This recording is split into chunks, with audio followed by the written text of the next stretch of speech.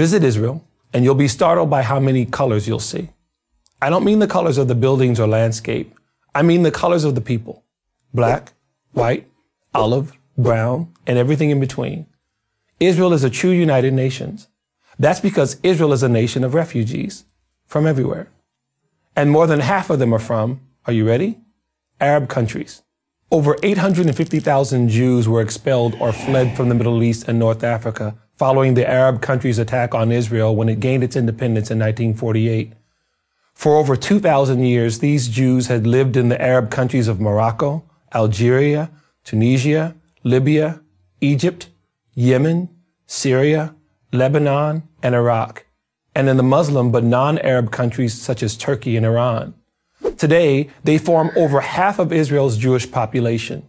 Many of these Jews from Middle Eastern lands look, well, just like other people from Middle Eastern lands, of darker complexion with dark hair. Other Jews migrated from North Africa. So why is their story so unfamiliar to most people? The most important reason is that they didn't remain refugees for long. But refugees they most certainly were. The vast majority forced to leave their homes, possessions, and businesses behind. In other words, they came to Israel with nothing. Some 650,000 of the Jews forced to flee North Africa and the Middle East became citizens of Israel. The other 200,000 fled to the United States and other Western countries. To give you an idea of how few Jews remain in Arab countries, consider these numbers. There were 150,000 Jews in Iraq in 1948. Today, there are less than 10. There were 140,000 Jews in Algeria. Today, there are less than 50.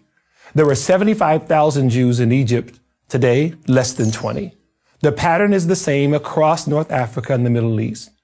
Now contrast these forgotten Jewish refugees with the most celebrated refugees in the world, the Palestinians.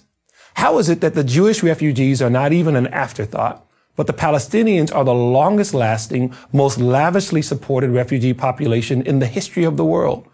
The answer is purely political. After Israel gained its independence in May of 1948, the surrounding Arab nations attacked the new Jewish state. As a result, about 700,000 Arabs living in Israel fled. Many left because of the war, and many did because they were told by Arab leaders to leave the Jewish areas. The idea was that they would return once the Jews and their state had been destroyed. Khalid al-Azam, the Syrian prime minister in 1948 to 1949, admitted this Arab role in persuading Palestinians to leave. In his memoirs, he wrote, "Since 1948, we have been demanding the return of the refugees to their homes, but we ourselves are the ones who encouraged them to leave." That's how the Arab, later renamed Palestinian refugee crisis was created. In 1949, the United Nations formed UNRWA, the United Nations Relief and Works Agency for the Palestinian refugees, the largest and only long-term UN agency that was ever formed to deal with just one group of refugees. 70 years later, it still exists and still calls the Palestinians and their children and their grandchildren refugees. It has an annual budget of over $1 billion, funded mostly by the US and the European Union. How much did the Jewish refugees who were expelled from the Middle East and North Africa receive from the UN? How much did Israel receive to help toward their resettlement? How much does it receive today? The answer to all three questions is the same: zero.